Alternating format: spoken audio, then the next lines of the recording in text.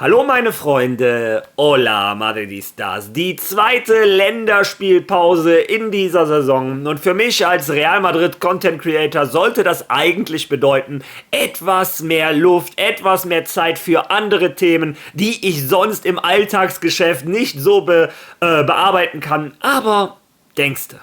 Gestern Abend ist mir die UEFA dazwischen gegrätscht. Die UEFA hat entschieden, im Fall Villarreal gegen den FC Barcelona, ob dieses Spiel in Miami stattfinden darf oder nicht. Und die UEFA sagt, dieses Spiel wäre eine Manipulation, wäre eine Wettbewerbsverzerrung, aber sie genehmigt es trotzdem. Widerwillig. Naja, die spanische Liga ist manipuliert und die UEFA winkt das durch. Und zufälligerweise, wie immer, die gleiche Mannschaft, die bevorteilt wird, ist wieder einmal der FC Barcelona. Unglaublich. Ja, darüber unterhalten wir uns im Video und dann werfen wir einen Blick in die Bundesliga, denn ein junges Talent von Real Madrid verdient sie seine ersten Sporen beim VfB Stuttgart. Wir unterhalten uns über Chema, macht er den gleichen Weg wie Casemiro, wird er ausgeliehen und kommt zurück als neuer Sechser von Real Madrid? Was da los ist, schauen wir uns in dem Video an. Viel Spaß dabei.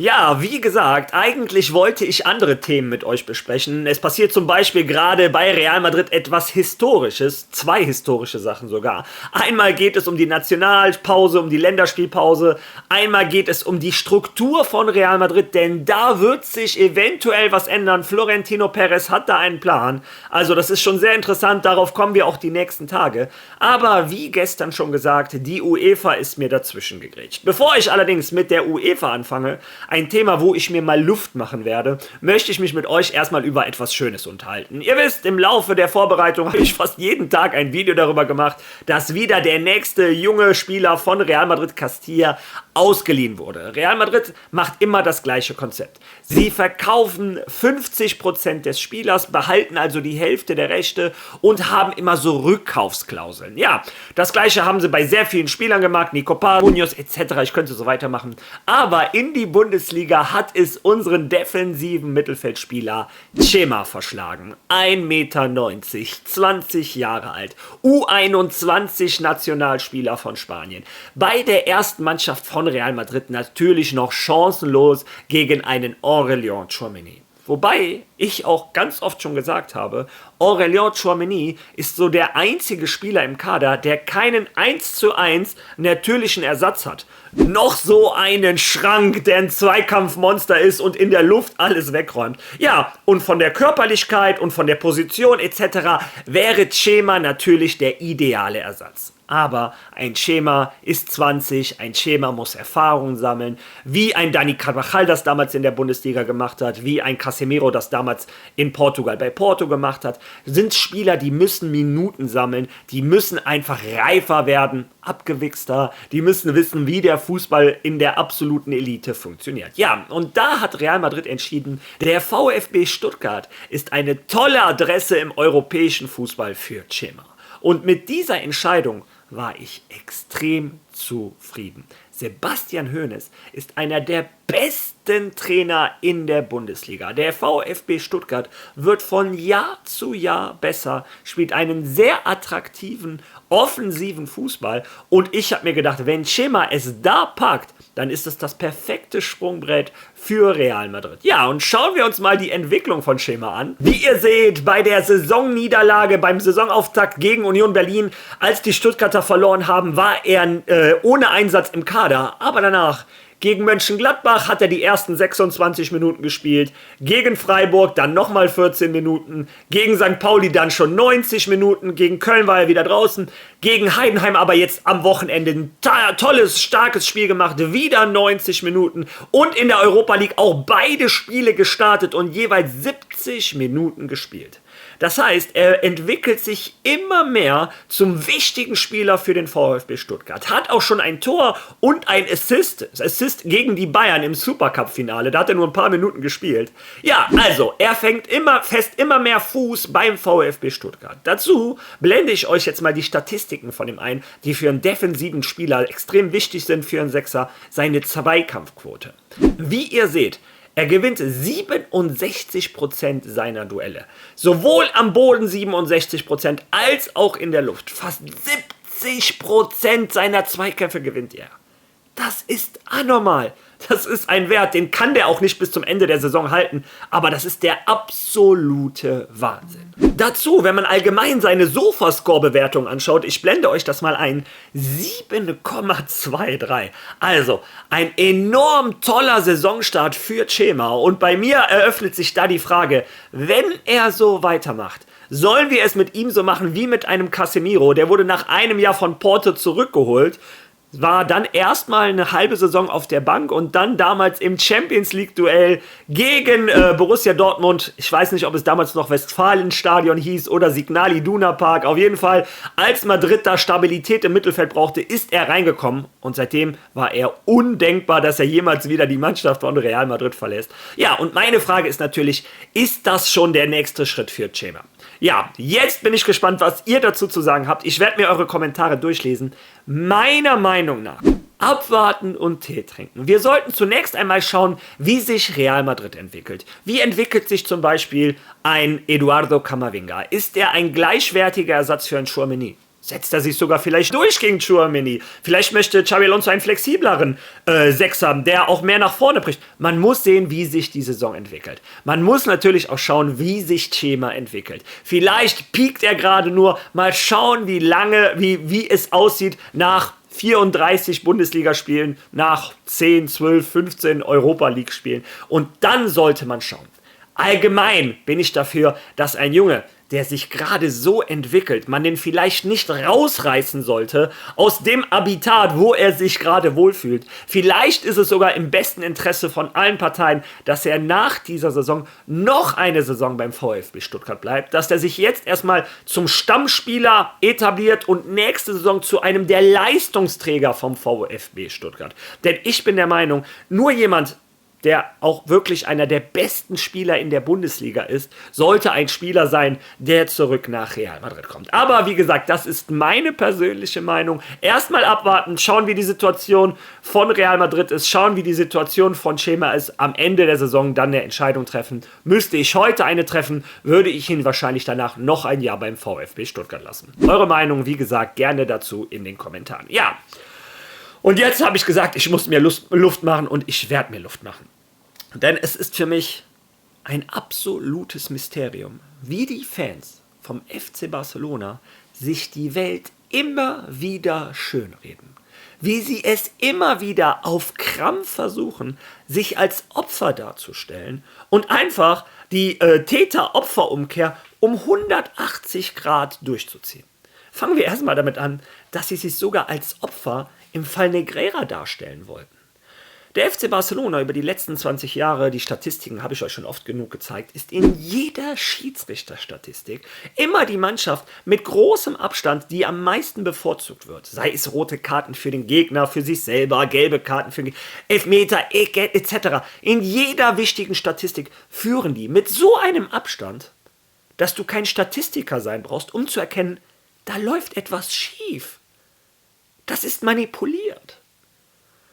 Und dann kommt natürlich im Nachhinein raus, welch Zufall, die haben 20 Jahre lang den Vizepräsidenten der Schiedsrichter bezahlt.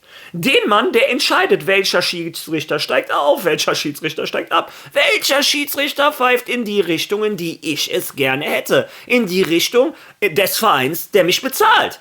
Ich erinnere nochmal dran, Negreira hat vom spanischen Verband kein Geld bekommen. Das einzige Gehalt, was der Mann bekommen hat, war vom FC Barcelona.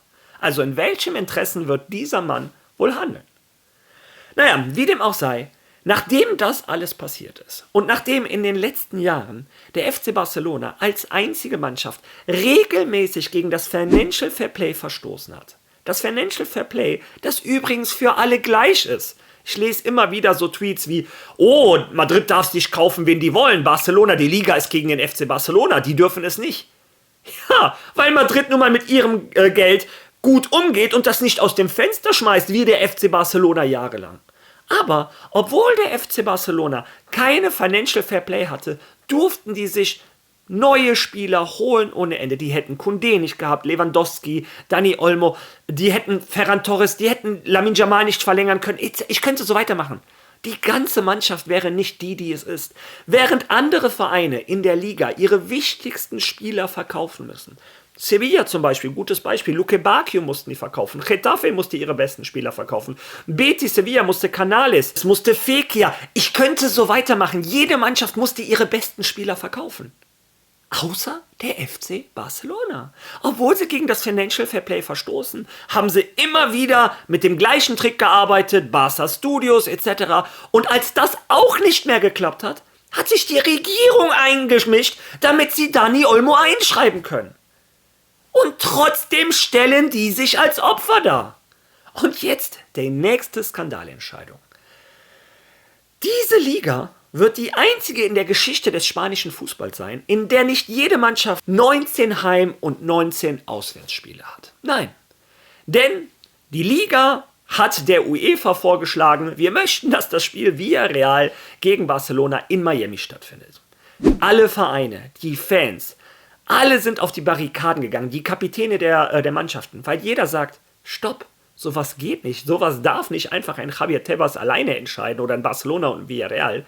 Das ist natürlich für den ganzen Wettbewerb interessant, das müssten alle entscheiden. Aber La Liga, Javier Tebas, prügelt das durch, ohne eine Abstimmung der ganzen Liga, ohne den Vereinen zu erklären, wenn es zumindest ein Konzept wäre, wo man sagen könnte, dieses Jahr macht das Villarreal gegen Barcelona, nächstes Jahr macht das Atletico Madrid gegen Real Madrid, was auch immer. Dann könnte man denken, okay, aber nein. Dieses Spiel wurde willkürlich von Javier Tebas ausgesucht. Die finanziellen Mehrgewinne, die kriegt auch nicht die gesamte Liga.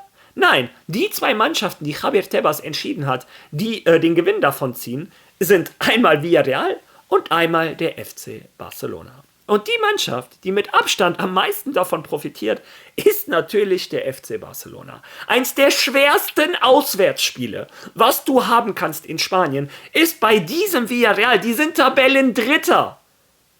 Und der FC Barcelona, anstelle dieses schweren Auswärtsspiels, kriegen die ein Heimspiel mehr.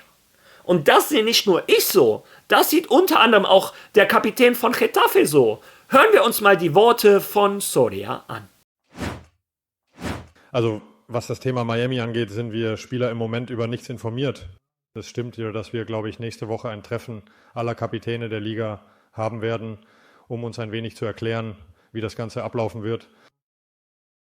Es ist ein etwas heikles Thema, denn wenn ein Spiel in Miami ausgetragen wird, betrifft das alle Teams der Liga und könnte uns wirtschaftlich verbessern, damit wir auf dem Markt wettbewerbsfähiger werden. Was europäische Transfers und alles angeht, müsste man ein Opfer bringen. Aber es stimmt, wenn das Geld am Ende immer an die gleichen geht, opfert man letztlich die Fans, opfert man die Spieler, 24 Stunden Flug, nur um ein Spiel zu bestreiten. Ich glaube nicht, dass das das Beste für den körperlichen Aspekt ist. Also zuerst sollten Sie uns genau sagen und erklären, worum es eigentlich geht. Und dann können wir eine konkretere Meinung dazu abgeben, je nachdem, was Sie uns sagen. Wir sind uns da alle einig, das ist nicht das Beste. Ja, denn am Ende verliert in diesem Fall Villarreal ein Heimspiel und ich denke, das ist schon etwas Wichtiges, oder? Stell dir vor, wir mit all den Schwierigkeiten, die Barca in den letzten Jahren hatte, hier zu gewinnen und dann sollen wir in Miami spielen. Am Ende der Wettbewerb ist verfälscht worden, denn es gibt ein Team wie Barca, das in Miami praktisch ein Heimspiel haben wird, wegen seiner medialen Reichweite, und ein anderes Team, das eigentlich Heimrecht hätte, aber als Gast auf einem Platz spielt, den es nicht kennt und an solche Reisen nicht gewöhnt ist. Deshalb denke ich schon, dass der Wettbewerb verfälscht wurde. Ich meine, das, was der da sagt, ist normaler Menschenverstand. Jeder weiß, dass in Miami das Stadion voll sein wird mit Barca-Fans. Das ist ein Skandal. Ein Xabi Alonso hat auch gesagt, alle Mannschaften wussten, worauf wir uns am Anfang der Saison einlassen. Wenn sich da etwas ändert am Spielplan, an einem Spielplan, der immer schon so war, dann müssen auch alle Mannschaften gefragt werden. Aber Javier Tebas hat einfach den Vorschlag an die UEFA weitergegeben, obwohl Javier Tebas, ich erinnere daran, Angestellter ist von allen Vereinen der ersten und zweiten Liga. Der dürfte das gar nicht, aber er hat es trotzdem gemacht. Und die Vereine in Spanien trauen sich nicht, etwas gegen Tebas zu sagen, weil sie nun mal finanziell von ihm abhängig sind. Es sollte andersrum sein. Ja, wie dem auch sei, die UEFA hat gestern ihre Entscheidung getroffen. Lesen wir uns das zusammen einmal durch. Die UEFA bekräftigt ihre Ablehnung von Spielen der nationalen Ligen im Ausland. 2 Anträge wurden aufgrund von Regulierungslücken auf globaler Ebene ausnahmsweise genehmigt. Die UEFA hat sich verpflichtet, die Integrität nationaler Wettbewerbe und die Perspektive der Fans in den kommenden FIFA-Regeln zu verankern. Das heißt, in Zukunft soll das geändert werden. In Zukunft soll es keine Manipulation, keine Wettbewerbsverzerrung geben. Nur einmal. Naja, wir sehen ja, wer bei dieser einen Ausnahme wieder die Mannschaft ist, die bevorteilt wird. Egal. Die UEFA hat heute ihre klare Ablehnung der Austragung nationaler Ligaspiele außerhalb ihres Heimatlandes bekräftigt. Nach der Sitzung des Exekutivkomitees im vergangenen Monat in Tirana führte die UEFA weitere Konsultationen mit Interessensvertretern, um das Ausmaß der Auswirkungen des Problems zu beurteilen. Zuvor hatte sie entsprechende Anträge der spanischen und italienischen Fußballverbände erhalten. Die Konsultation bestätigte die bereits von Fans anderer Ligen, Vereinen, Spielern und europäischen Institutionen geäußerten allgemeinen mangelnde Unterstützung für die Verlegung nationaler Ligaspiele ins Ausland. Das heißt, alle waren dagegen. Sowohl, wie ihr gehört habt, die Vereine, die Spieler, Fans, andere Ligen, alle waren dagegen. Die UEFA, was entscheidet sie? Da das derzeit überprüfte FIFA-Regelwerk jedoch nicht klar und detailliert genug ist, hat das UEFA-Exekutivkomitee widerwillig beschlossen, den beiden im vorgelegten Anträgen ausnahmsweise stattzugeben.